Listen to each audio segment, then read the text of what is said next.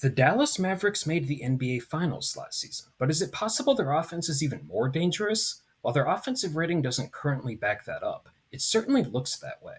The trio of Luca Doncic, Kyrie Irving, and Klay Thompson are all able to make life easier for each other, which, when things truly start clicking, could be bad news for the Western Conference. I'm going to take a deeper dive and show the abilities that could make them so difficult to stop as the season progresses.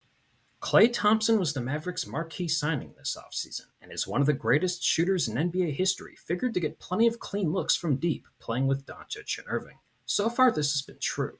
Through 6 games, Thompson has attempted 54 threes. According to the NBA's tracking data, 44 of those have been what is considered open, where a defender is 4 to 6 feet away, or wide open, though the Mavericks are getting him these looks in a variety of ways. Here, after the Rockets miss, PJ Washington tips the ball to Kyrie Irving. Now look what the Mavericks have right away. Irving, Doncic, and Thompson against 2 Rockets defenders in transition. Now as Irving attacks to get to the paint, look at Doncic on the perimeter. He's pointing at Thompson, telling Kyrie to pass him the ball.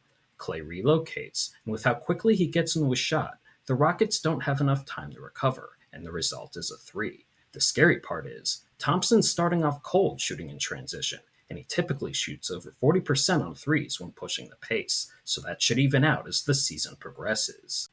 Doncic and Irving are 2 of the premier scorers in the entire league, and as a result of this, the threat of them will also create shots for Thompson in the half court. This starts with Doncic in isolation versus smaller guard and Fred VanVleet.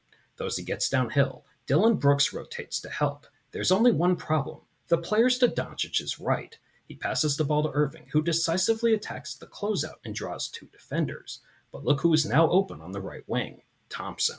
Irving makes the pass, and the defense can't recover before Thompson knocks down another triple.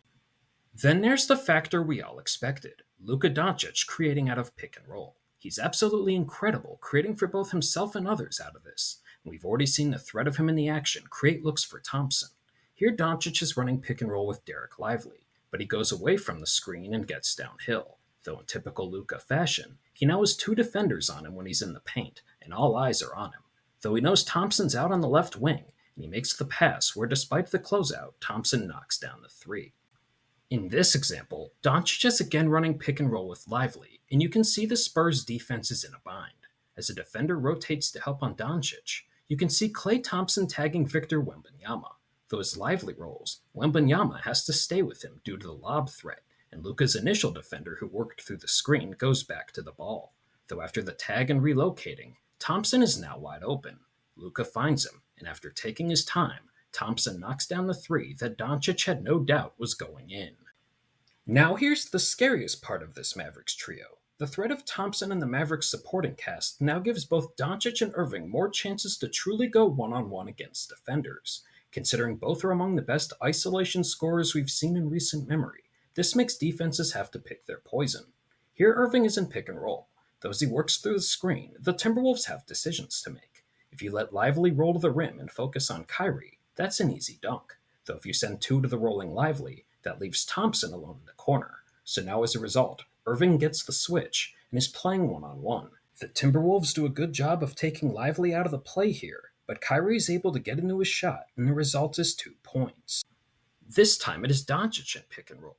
As soon as he uses the Lively screen, take a look at Thompson making an L cut to the right wing.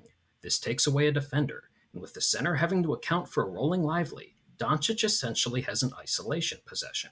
He doesn't create a ton of space, but Doncic does a nice job of shooting the ball after drawing just enough contact before hitting the shot and drawing the foul.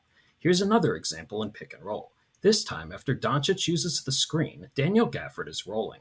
Though as this happens, you can see Jalen Green on the right baseline thinking about rotating to Gafford. Though with his center there and Thompson in the right corner, he opts against it. This again leaves Doncic one-on-one, where he reacts quickly and knocks down the step-back jumper. So given all these options, why are the Mavericks only a league-average offensive team through 6 games? It will even out, but Doncic is off to a slow start by his standards after missing the preseason with a calf injury. Then to this point, while the Mavericks are generating open catch-and-shoot threes at a very high rate, they've only been around league average at knocking them down.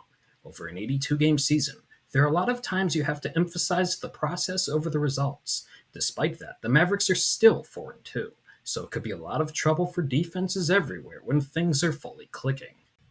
If you made it this far, thank you, and if you enjoyed the video, don't hesitate to like and subscribe to stay up to date on my basketball analysis throughout the 2024-25 season.